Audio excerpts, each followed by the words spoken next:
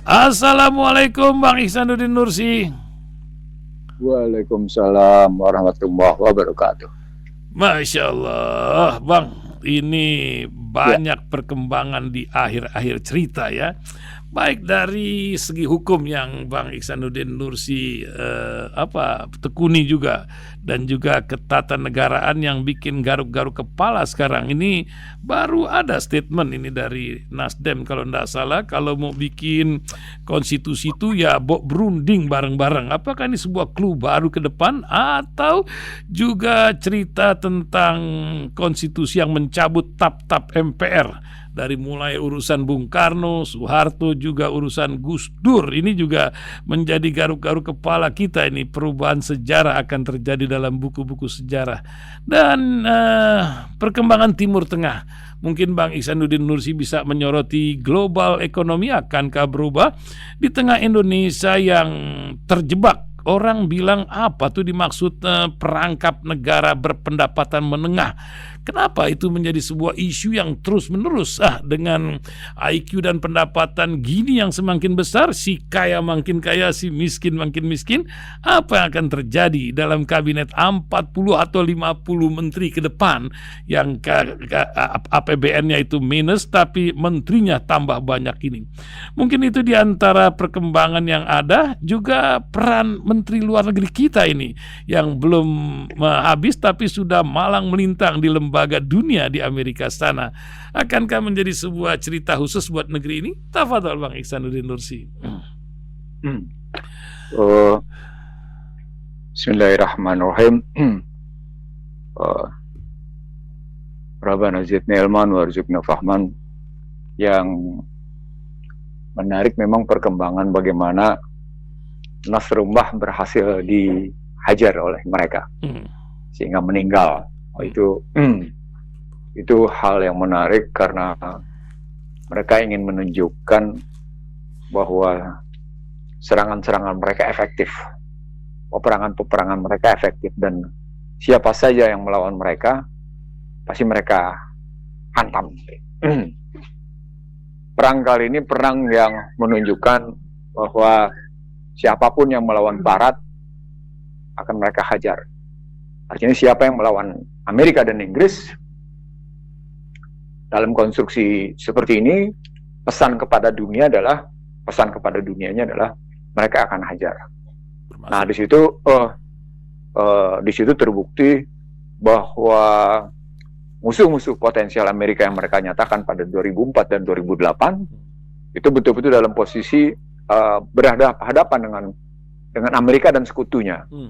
Jadi seperti saya menyampaikan berkali-kali di Rasil bahwa 2004 dan 2008 pada dokumen National Defense Strategy of US, mereka sudah memutuskan ada 8 musuh potensial Amerika: Rusia, Cina, Syria, Korea Utara, Iran, gitu ya, Brazil, Afrika Selatan, dan lain-lain. Dan hari ini terbukti 20 tahun, 16 tahun lalu sampai 20 tahun lalu mereka sudah menetapkan itu, dan hari ini memang mereka berhadapan itu. Termasuk mereka berhadapan dengan yang namanya kelompok-kelompok yang mereka anggap sebagai teroris. Dan bayangkan, kelompok teroris ternyata bisa melakukan perlawanan seperti itu. Tapi sesungguhnya yang terjadi bukan kelompok teroris, tapi satu kelompok bangsa yang merepresentasikan keinginan tidak ingin ditindas, yang tidak ingin tanahnya diambil alih, gitu, melakukan perlawanan. Nah, sisi lain,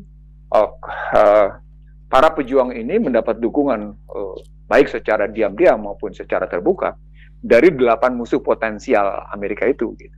Dari musuh-musuh Amerika itu, gitu. Saya kira ini representasi atau katakan proksi, kalau kita menggunakan sekarang, proksi dari perang dunia ketiga yang saya bilang jalan lurus atau jalan tol menuju perang dunia ketiga yang kita pernah sampaikan itu. Dan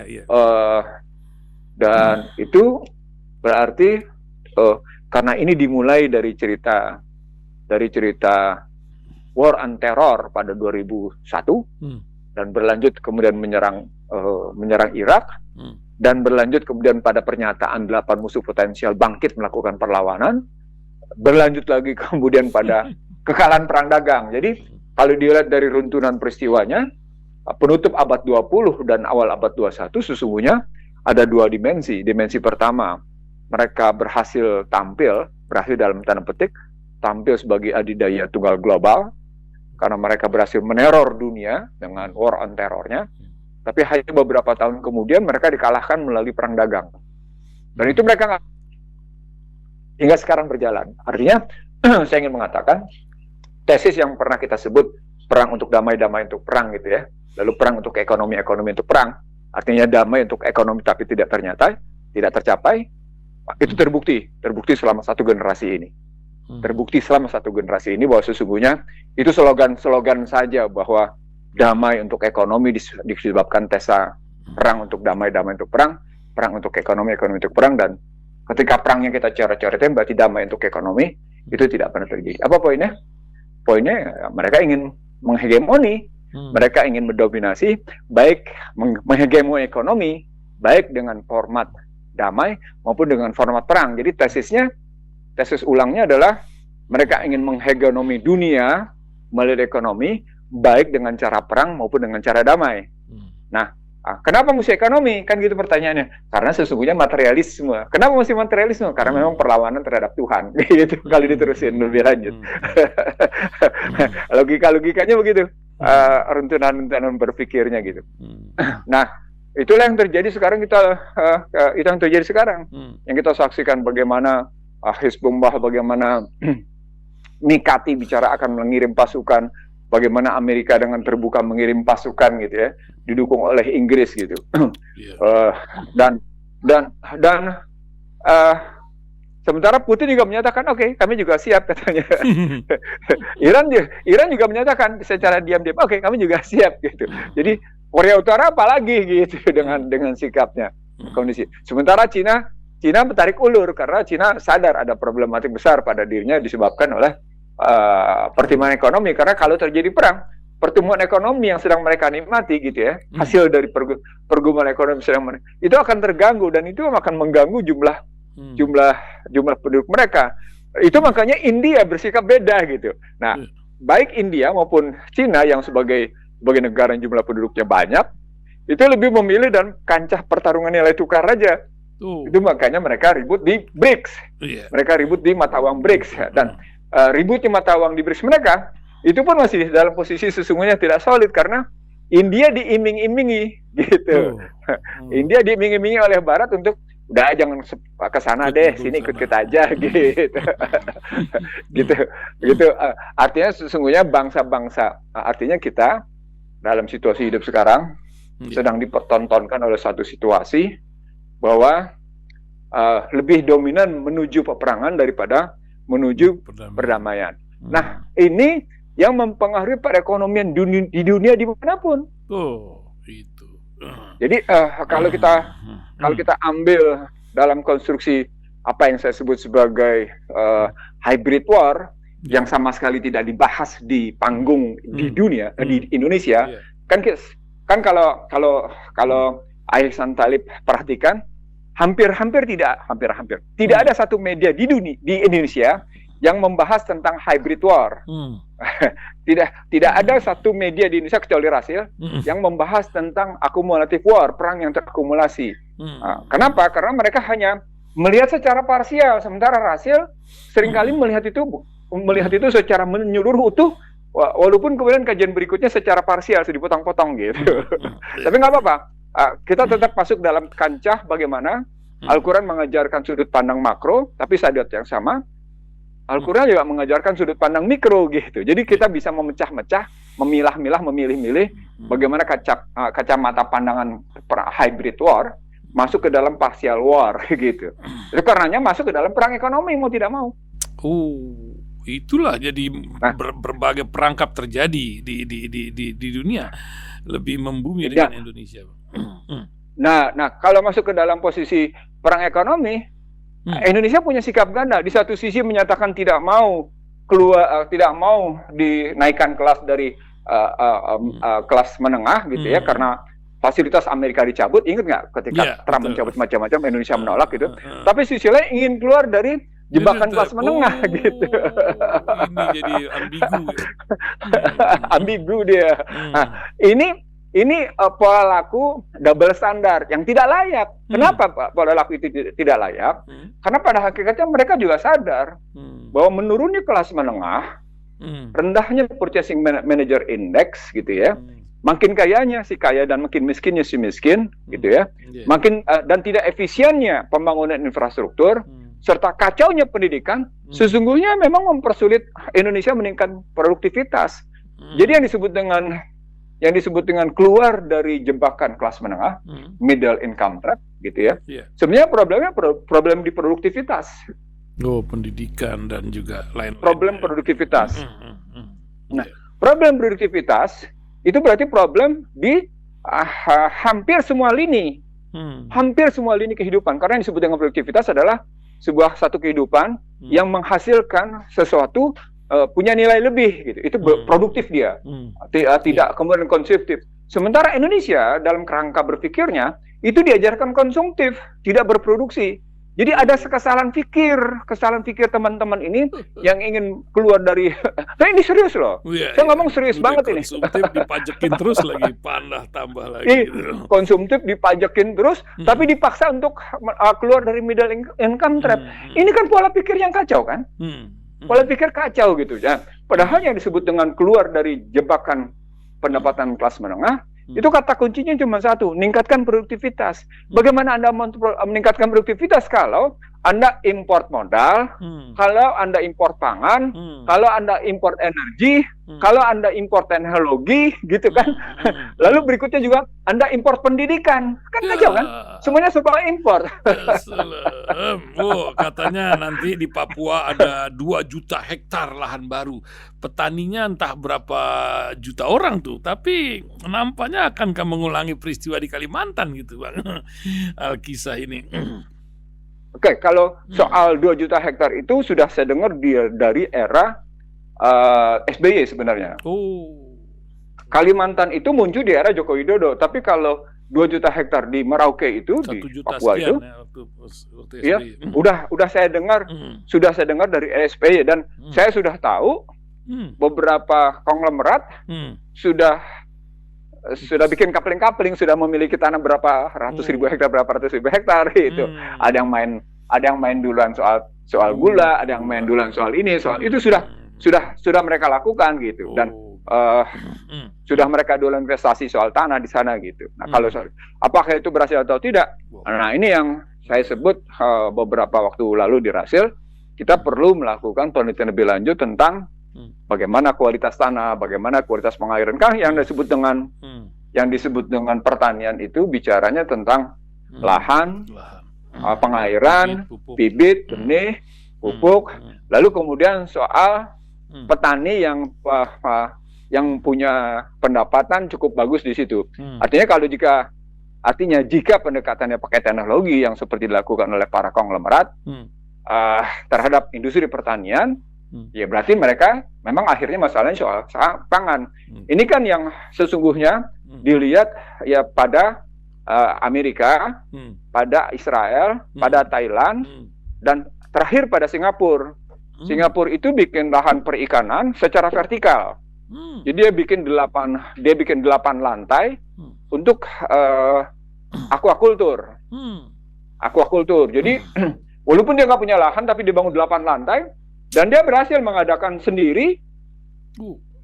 sendiri kebutuhan perikanan dia, gitu. Ini yang disebut dengan economic resilience, kemandirian ekonomi. Yang kita sendiri sampai dengan sekarang masih tesisnya masih ketahanan pangan, gitu. Yang penting ada tuh makanan, mau dari mana kek. Yang penting ada, nggak peduli dari mana. Bagaimana bicara middle income trap kalau kemudian Anda terancam oleh 5 hal tadi. Anda terancam oleh modal import, gitu ya. Anda terancam oleh pangan import, Anda terancam oleh yang namanya energi import, Anda terancam oleh tadi teknologi import, Anda terancam juga oleh pendidikan import gitu. Ini belum lagi urusan perubahan iklim dan lain-lain, betul. Nah, kalau sudah perubahan iklim, Anda sudah masuk dalam shock doktrin namanya. Anda shock doktrin. Dan kalau sudah bicara tentang tesis-tesis yang dibangun oleh para ekonom gitu dengan teorinya macam-macam itu, ekonom pemikiran itu, sesungguhnya tinggal balik aja ke pertanyaan. Memang selama 3 generasi ini Indonesia menganut pemikiran apa? Kan menganut pemikiran Barat kok tidak keluar-keluar, kan menganut pemikiran Barat kok nggak keluar juga dari posisi yang namanya negeri seperti ini, negeri yang sumber daya alamnya dihisap habis-habisan oleh oligarki dan oligarki gitu ya, dan kemudian pajaknya tinggi sedemikian rupa tidak memberdayakan gitu, produktivitasnya juga nggak bisa naik, lalu yang terjadi lagi nih rasio yang tinggi, coba itu gimana? Itu buah dari Menteri Keuangan terbaik yang membanggakan Bretton Woods gitu. Ya, itu dia. Dan juga hutang tuh jangan dianggap kayak kesetrum kata dalam berita-berita terakhir tuh gitu.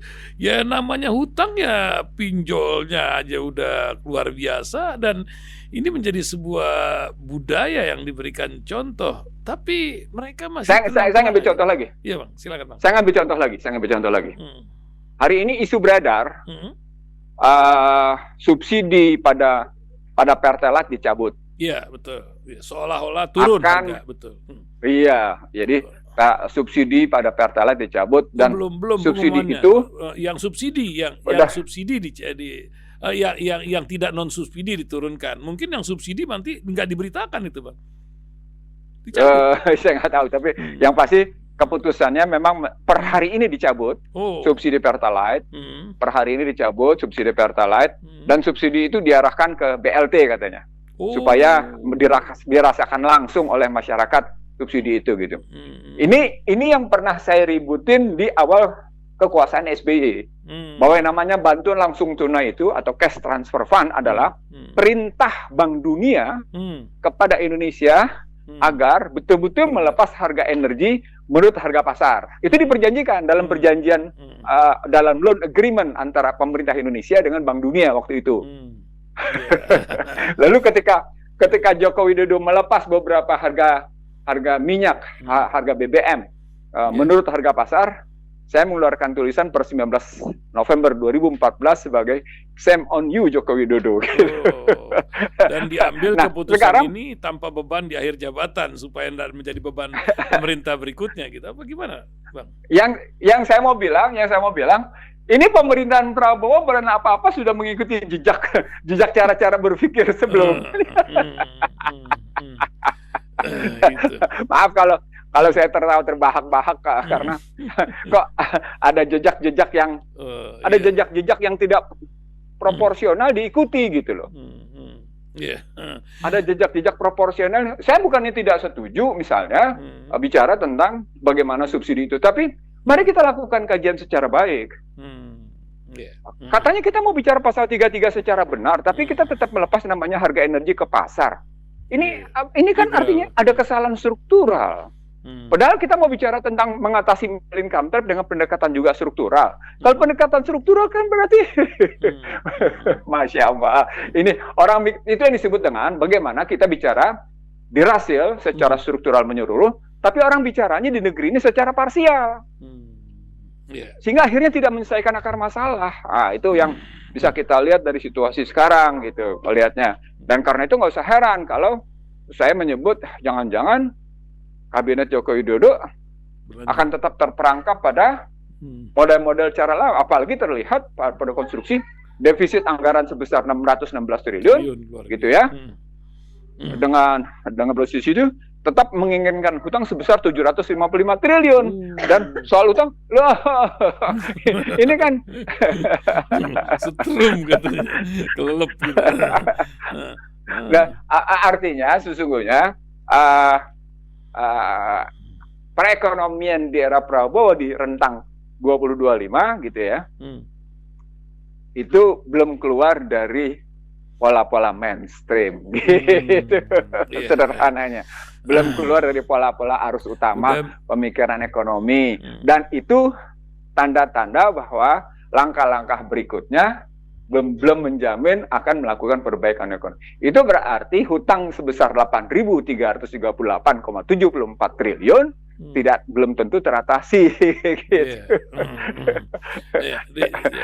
Ya, dalam artian siapapun presidennya dengan keadaan hutang yang diwariskan ini nggak gampang-gampang juga menghadapi. Ditambah lagi kabinet yang nampaknya akan cukup gemuk, ini sudah diberikan spesial nomenklatur yang dibebaskan kepada presiden, tambah lagi kekuasaan presiden yang sudah luar biasa ini.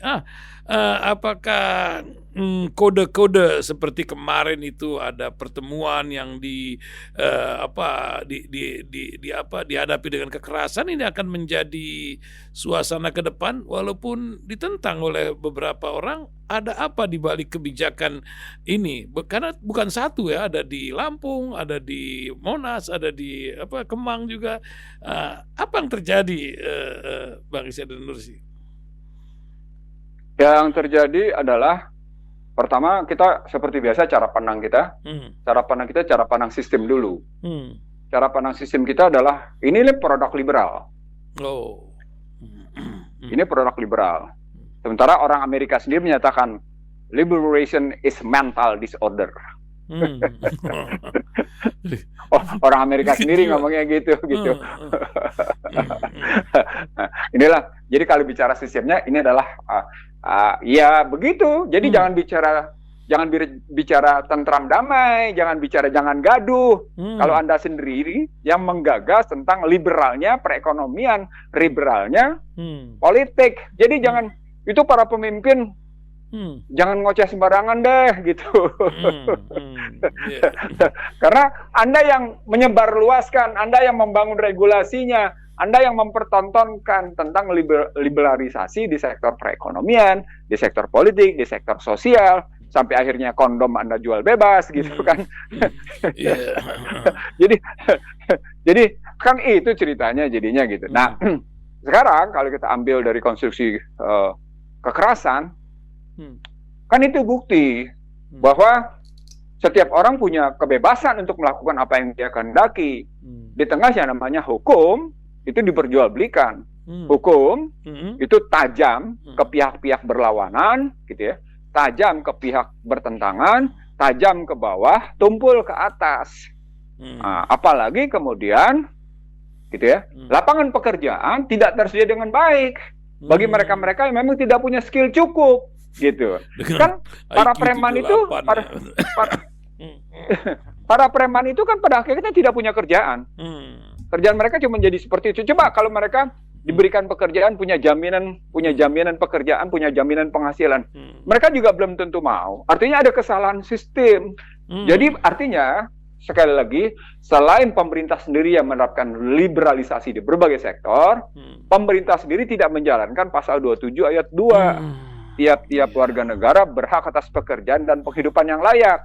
Yang oleh salah seorang menteri disebut bahwa yang namanya Joko Widodo telah mencipta lapangan kerja, gitu ya. Dan seorang tokoh pengusaha menyebut Joko Widodo telah membuka lapangan kerja sekian juta lapangan kerja gitu.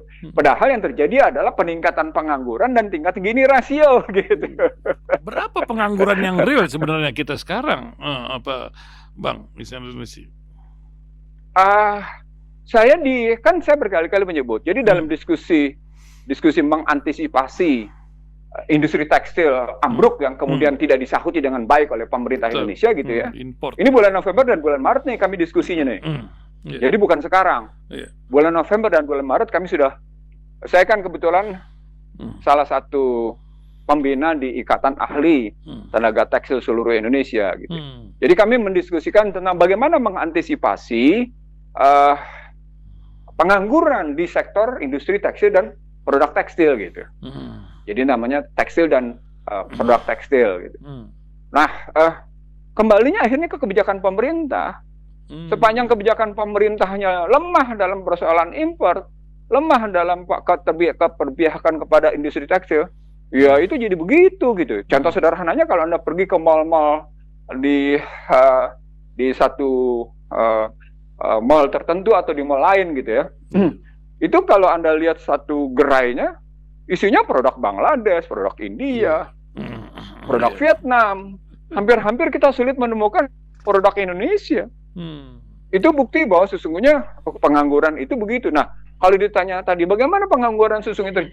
Pertama karena kita perbaiki dulu definisi menganggur, definisi bekerja. BPS kan menyatakan definisi bekerja adalah 1 jam bekerja selama seminggu, dan itu dilakukan pada saat survei. Oh. Definisi bekerjanya aja udah bermasalah gitu. Jadi di situ makanya orang bilang ini kejatuhan middle income kejatuhan kelas menengah sekitar 9 jutaan itu mengakibatkan ancaman kemiskinan naik menjadi sekitar 140 juta orang. Kok baru ngomong sekarang sih? Coba bongkarnya namanya kajian-kajian dialog Selasa pagi di Rasil. Itu omongan udah sekian tahun lalu gitu. Jadi kalau masuk lagi ke dalam pengangguran, itu artinya amanat ekonomi konstitusi itu tidak dijalankan dengan baik. Artinya orang hanya bicara soal ekonomi Pancasila atau ekonomi konstitusi cuma pasal 33. Sudahlah pasal 33-nya diamburadulkan oleh sejumlah ekonom gitu ya, pada posisi mereka mengamandemen. Pasal-pasal lain juga tidak dijalankan dengan baik. Misalnya tentang APBN pasal 23, pasal 27 tentang pekerjaan dan kehidupan yang layak bagi kemanusiaan gitu misalnya. Lalu soal pendidikan, lalu soal bagaimana pengertian asuransi sosial tentang BPJS di pasal 34-nya, lalu pasal 33-nya sendiri dalam pengertian dari mulai sumber daya, produksi, distribusi dan seterusnya sampai sumber daya buatan misalnya. Kalau dilihat dalam perspektif itu kan jadi kelihatan. Problem kita memang problematik struktural. Gimana Anda mau bicaranya namanya meningkatnya kelas menengah menjadi kelas atas, kelas tinggi. Kan lagi-lagi orang saya sih bukan sekedar memberikan gambar seperti ini. Ada konsistensi kebijakan yang membuat Indonesia itu terseok-seok. Saya ditanya juga sama seorang teman. Ini mobil motor tetap banyak. Nah, tapi orang miskin juga. Ya itu tadi. Makin terjadi yang disebut dengan Gini ratio makin menyimpang. Coba lihat mobil listrik yang dijual oleh para produsen itu. Kan banyak sekali beredar kan. Mobil-mobil baru bertambah kayak gitu-gitu, mobil-mobil listrik itu. Begitu juga motor listrik, makin bertambah banyak gitu. Karena orang terkena isu bagaimana energi fosil akan diganti dengan energi baru terbarukan, dan dalam energi baru terbarukan berbarengan suplai listrik yang kelebihan kan, begitu kan? Iya, dan suplai listriknya berlebihan dan itu akan diganti dengan energi baru terbarukan. Coba, kebayang nggak? Kemelut masalahnya kebayang nggak itu? Saya sekali lagi saya nggak ngerti apakah di sini menarik akhirnya ujungnya ke GBHN nih. Apakah masing-masing rencana induk di tiap sektor itu bisa dijahit nggak dalam kerangka menyeluruh dan itu utuh dan terpadu? Nah, ini mungkin yang kemarin Taufik Basari ini membuat sebuah acara tentang pengkajian konstitusi. Mereka paham ada yang salah dengan ini, apalagi ini hari kesaktian Pancasila katanya. Sila-sila kita kan sudah luar biasa itu. Ini pada kagak belajar Pancasila atau cemana bang, konstitusi kita ngalor kegiatannya ngidul gitu. Gimana bang mengembalikan ini, menyadarkan tidak pernah jenuh kita mengingatkannya. Silakan bang. Saya tidak sinis atau tidak skeptis gitu ya terhadap Taufik Basari. Tapi saya pernah menjadi pembicara di Nasdem di gondang dia Rayam 46 itu gitu ya. Saya juga pernah menjadi pembicara bagi fraksi Nasdem, dan ketika mereka minta dalam sebuah acara di Borobudur, kebetulan saya sakit jadi yang saya mau katakan adalah kalau memang mereka hendak merestorasi Undang-Undang Dasar 45 seperti janji mereka gitu ya. Pertanyaannya selama 5 tahun ini mereka kemana? Jadi apa yang mereka lakukan selama 5 tahun ini gitu? Mereka dibimbing, kebijakan politik mereka dibimbing oleh apa kan? Ya kalau anggaran dasar adalah satu bimbingan sikap perilaku politik, mestinya kan itu menjadi pedoman mereka bertindak. Bertindak mereka adalah restorasi politik. Nah sekarang kalau mereka sadari ada kesalahan, oke lah, lebih baik telat daripada tidak sama sekali gitu. Maka pertanyaan pokoknya, ini pertanyaan konstitusional, pertanyaan ketatanegaraan. Terbit TAP tentang pasal TAP 33 yang mencabut Soekarno sebagai terlibat dalam peristiwa G30 PKI. Oke? Cabut. Terbit juga soal Soeharto. 21. Bukan, ya soal bagaimana KKN. Terbit juga tentang Abdurrahman Wahid. Oke. Saya sekali lagi kalau di Rasil kemarin saya bicara tentang minggu lalu bagaimana saya bicara dengan Tubagus Hasanuddin ketika PDIP menerima pencabutan TAP itu dan saya menyaksikan mata kepala seperti saya menyaksikan keributan di Kemang gitu ya. Keributan di Kemang itu saya ada di dalamnya walaupun saya datang telat dan kemudian saya kontak aparat penegak hukum untuk melakukan tindakan dan berhasil tindakan itu begitu gitu ya. Nah, sekarang kita lihat kalau Taufik Basari sebagai representasi Nasdem untuk kembali ke Undang-Undang 45, maka pertanyaan besarnya tadi apa yang mereka temukan dalam praktek ketatanegaraan selama 5 tahun terakhir. Itu dulu yang mesti mereka untuk mengidentifikasi kesalahan sistematik berpikir, kesalahan sistem nilai dalam Undang-Undang Dasar 2002. Itu dulu yang disampaikan. Misalnya begini, kenapa seorang Lanyala Mahmud Mataliti pada 16 Agustus 2023 berani secara terbuka, saya ulang, berani secara terbuka menyatakan ada kesalahan besar dalam Undang-Undang Dasar 2002. Ini lembaga negara loh, dan itu pidato kenegaraan, dan itu dalam acara kenegaraan. Dan tidak ada satu lembaga negara yang juga resmi menyahuti. Ulang, tidak ada satu lembaga negara, dan kemudian tidak ada juga partai politik yang menyahuti secara resmi. Itu 16 Agustus 2023. Apa poinnya? Poinnya bangsa ini sudah diingatkan sebelumnya, bahkan sebelumnya kita sudah berdiskusi kemana-mana. Jadi artinya kalau ya istilahnya kalau memang lebih baik telat daripada tidak ada sama sekali, syukurlah ada kesadaran bahwa kita telah mengingkari sila keempat kerakyatan yang dipimpin oleh hikmah kebijaksanaan dalam perusahaan perwakilan. Oke, kita sadari itu. Tapi kalau kita sadari itu, kenapa kita tetap menggenahi situasi yang salah ini gitu? Kenapa kita tetap melakukan sesuatu yang didasarkan sesuatu yang salah?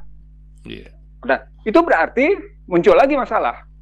Saya mengetahui ada pertemuan Presiden Susilo Bambang Yudhoyono dengan Presiden Joko Widodo dengan Presiden yang akan dilantik Prabowo Subianto.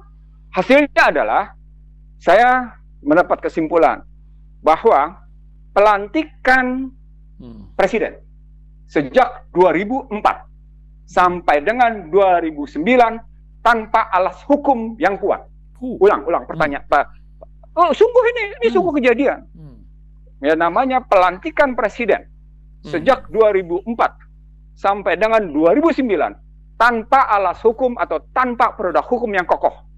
Kenapa? Karena hanya didasarkan oleh keputusan KPU yang menyatakan bahwa calon presiden ini dinyatakan menang dalam pemilu.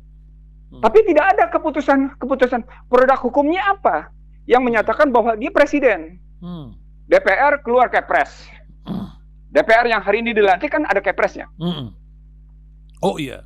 Ada kepresnya. Ada kepresnya. Tapi kalau presiden yang dilantik, dasar pelantikannya apa? Produk hukumnya apa? KPU doang. Undang-undang pemilu. Wadah hukumnya apa? Apa coba?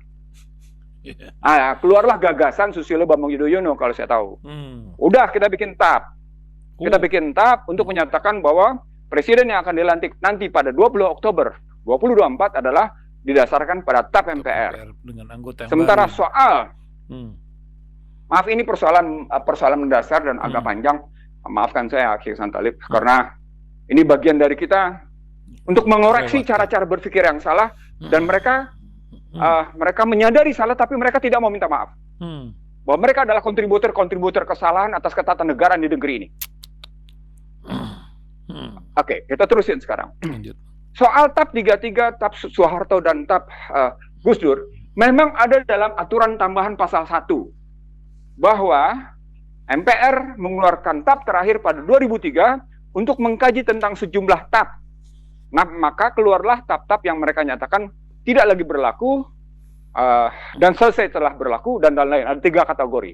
Maka oke, kita bisa terima karena ada aturan tambahan pasal 1 TAP itu menyatakan mereka boleh menerbitkan TAP 2003 sebagai bentuk kajian dari sejumlah tab yang harus relevan dengan Undang-Undang Dasar 2002 yang mereka buat. Tetapi, ketika masuk soal, saya kemarin mendiskusikan juga dengan beberapa teman, tetapi menyangkut soal produk hukum atas sahnya presiden. Satu. Yang kedua, produk hukum atas RPJMN yang mereka nyatakan dalam Kepres. Lalu berikutnya, produk hukum atas skema dan struktur kekuasaan negara. Itu di mana bikinannya? Karena tata urutan perundang-undangan yang mereka buat, tata urutan perundang-undangan yang mereka buat tidak menyelesaikan masalah, artinya konstitusinya jalan buntu, nggak selesai. Maka sahnya presiden yang akan dilantik nanti tidak bisa didasarkan atas sekedar putusan KPU, karena keputusan KPU itu di bawah keputusan presiden. Gitu loh. Kan strukturnya Undang-Undang Dasar, TAP MPR, Undang-Undang, PP, Kepres, dan kemudian baru keputusan KPU, baru setara dengan keputusan menteri karena lembaganya begitu. Artinya selama 2004 sampai dengan 2019 sesungguhnya sahnya politika presiden hanya didasarkan pada 2019. Apalagi di 2019 gitu ya. MA Mahkamah Agung tidak mau melantik. Padahal berdasarkan Undang-Undang Dasar 2002 yang mereka buat, Majelis Permusyawaratan Republik Indonesia melantik presiden dan garis miring atau wakil presiden. Melantik. Sebagai kata ganti tadinya hasilnya memilih diganti menjadi MPR melantik presiden dan garis miring atau wakil presiden.